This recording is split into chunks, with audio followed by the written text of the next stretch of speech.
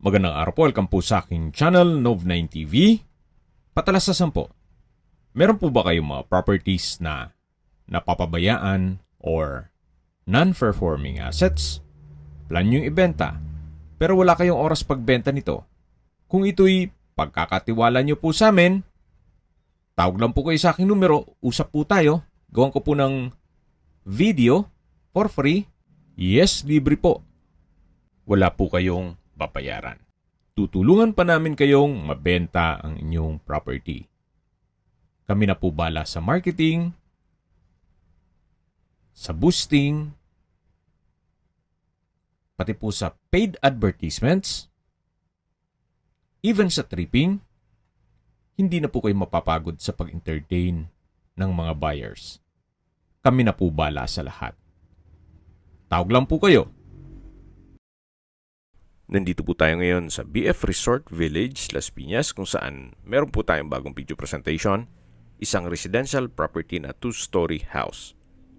May lot area po ito na 125.50 square meters at itong bahay ay may floor area na 160 square meters.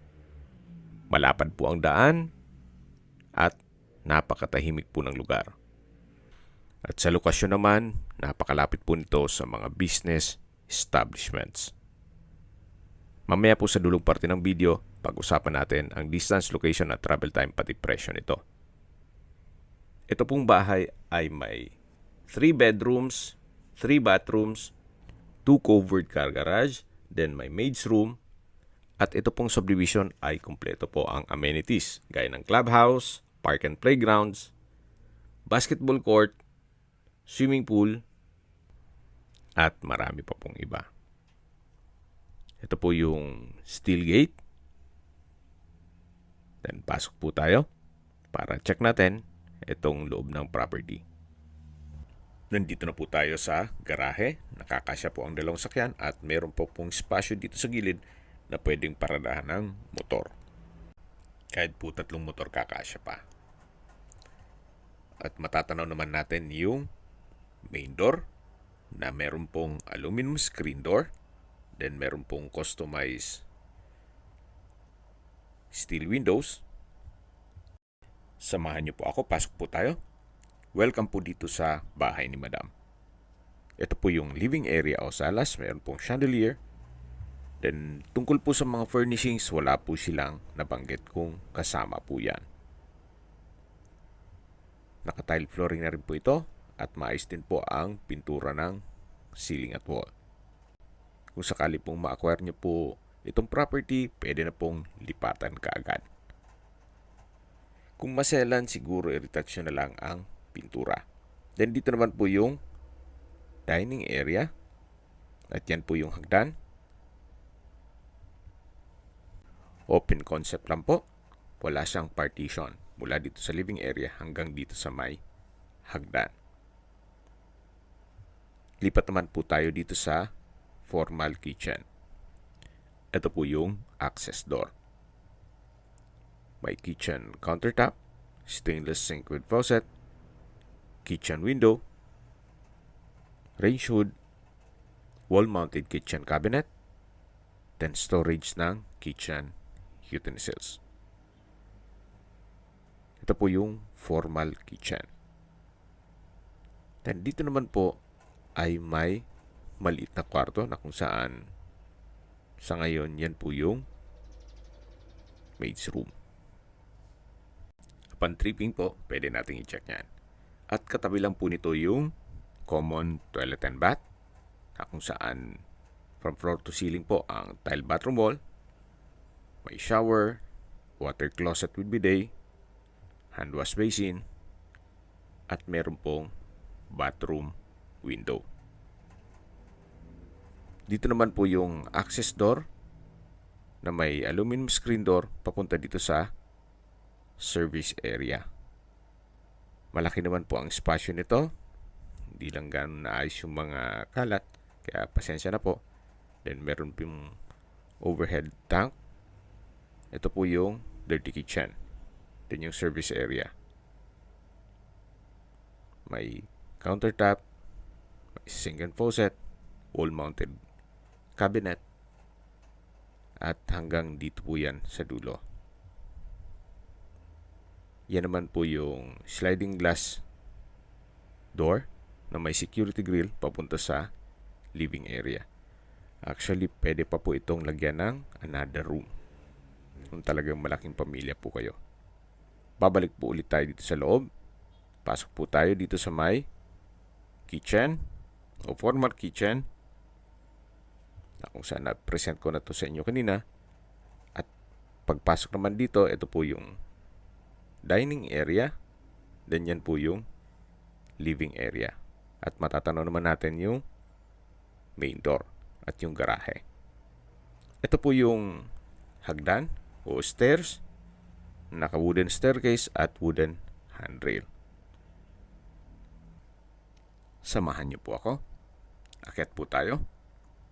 Dito po sa staircase wall, maayos naman ang pintura. Pulido naman siya. Ganun din po dito sa kabilang side. At malapit na po tayo dito sa second floor. Ito po yung common toilet and bath ng second floor. At dito naman yung hallway papunta sa mga kwarto. Bali, 3 kwarto po yan, yung dito sa taas. Pakita ko po muna sa inyo itong common toilet and bath na kung saan naka-PVC door.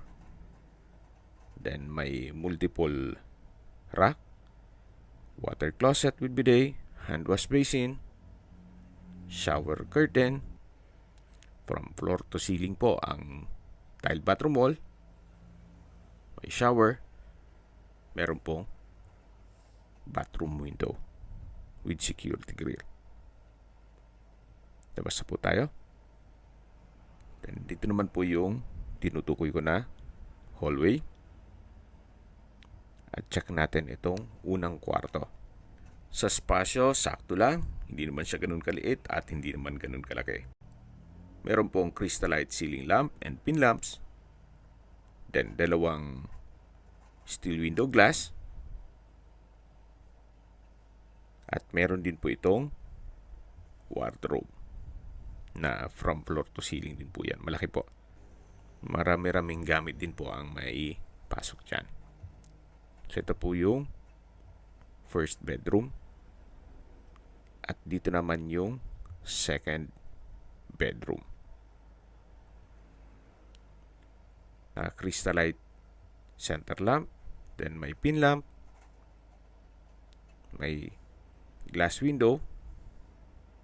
With security grill. At meron din po siyang wardrobe. So medyo maliit po ito compare dun sa unang kwarto. Then lipat na po tayo dito sa master bedroom. Napakalaki po ng espasyo. Then ito pong split type aircon ay bago po yan. Worth 75,000 na kung saan iiwan na po. Then meron pong customized steel window glass.